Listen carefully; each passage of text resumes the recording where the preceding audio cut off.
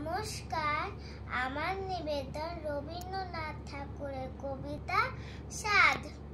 কতদিন ভাবে ফুল উড়ে যাবে কবে, যেটা খুশি সেটা যাবে, ভারী মজা হবে।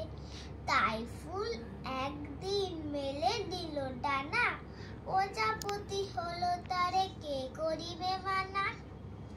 রোজ রোজ ভাবে বসে প্রদীপের আলো, উড়িতে পেতাম জলি হতো বড় ভালো।